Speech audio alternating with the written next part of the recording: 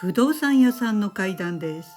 これは不動産業者の吉尾さんが小学校3年生の頃に体験したお話です。当時吉尾さんは東京の北区の堀船に住んでいました。都電の梶原が最寄りの駅だったそうで、梶原商店街では3のつく日には縁日が出て、下町の住みやすいエリアでした。ある日5歳年下の弟を連れて商店街の乾物屋さんにお使いに行ったそうです。吉尾さんが住んでいた家からその商店街までは細い路地でつながっていました。そこで吉尾さんは弟と手をつないでその路地をお店に向かって歩いていました。するとその路地の途中に子供をおんぶしている女性が一人立っていました。その女性が背中の子供をあやして体を揺らしている横を吉尾さんたちはすれ違ったそうです。するとそのすれ違いざまに女性が弟を連れて偉いわねと声をかけてきました。そして幸せそうね、羨ましいわと言いました。吉尾さんはその女性は見たこともない知らない人だったのと、着ている服がなんとなくみすぼらしかったので、なぜか怖く感じて何も返事をせずに無言で通り過ぎました。そして商店街に入り、乾物屋さんに頼まれた買い物をして家に戻ろうとしました。ただいつもなら今来た路地をそのまま引き返して戻るのですが、吉尾さんは一気に見た女性のことが気になったそうです。またあの人とすれ違うのは嫌だなと思ったので、路地の入り口から覗いてあの女性がまだいたら別の道で帰ろうと思っていました。でもあの女性はすでに路地にはいませんでした。そこで吉尾さんと弟はその路地に入っていったそうです。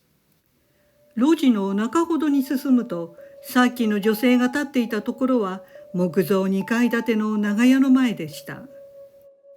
吉尾さんがあれと思いました。その長屋の2階の扉が全開になっていて、部屋の中が丸見えだったのです。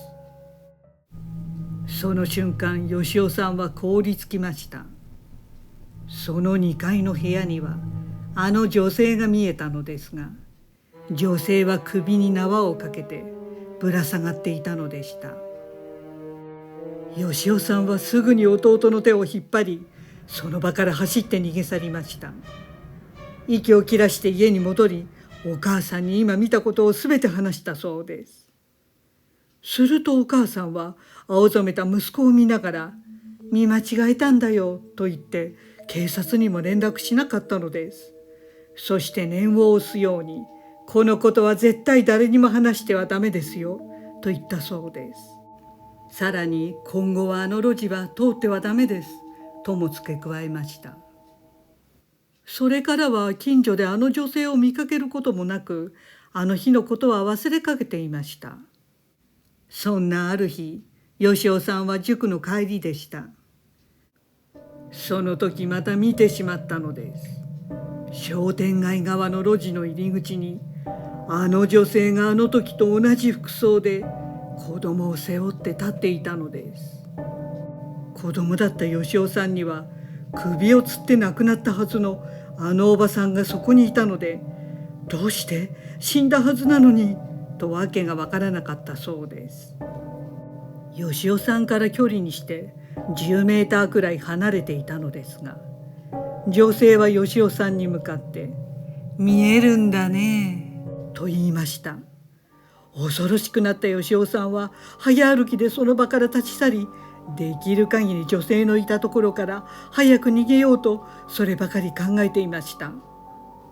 すると前に人影が現れたので、あっと思い目線を上げてみると、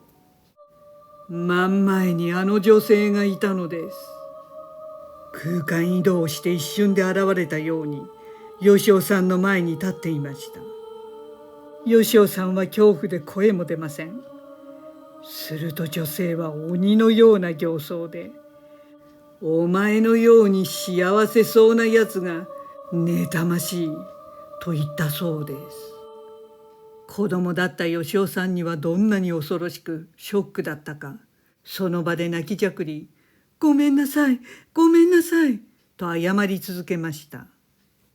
その様子を見ていた商店の人たちが、僕大丈夫？何があったの？とすぐ吉雄さんを保護してくれたそうです。気がつくとすでに女性は消えていました。このエピソードは吉雄さんにとってかなりのトラウマになり、しばらく学校に行くことができなくなりました。恐怖で外出ができず、心配したお母さんが転校させてくれたそうです。そして小学校5年生の時にその町からも引っ越しました。その引っ越す前に最後に同級生にあの女性の話をしたそうです。すると友達から衝撃的な事実を聞かされました。吉雄さんがこの堀船に越してくるかなり前のことです。あの女性を路地で初めて見た時、長屋の前に女性は立っていましたが、実はその家では夫が家に帰ってこなくなったことを苦にして、自ら子供を殺め、自分自身も首をつって命を絶った奥さんがいたそうです。あの女性はあの長屋の家の奥さんだったのは間違いないでしょう。つまり吉雄さんはその奥さんの無念の最後を映像として見ていたのです。子供だった吉雄さんは自分に霊感があるとは思っていませんから、本当にその瞬間を目撃したと思っていたのでした。吉雄さんのお母さんは息子の能力には気がついていたようですね。これは余談になりますが、吉雄さんはその霊能力のせいなのか、堀船にいた時に3回も死体を見てしまったそうです。1回目は目の前でダンプカーが頭を潰す瞬間を目撃し、2回目は火災現場のやじ馬をかき分けて最前列に出たらそこに焼死体があったそうで、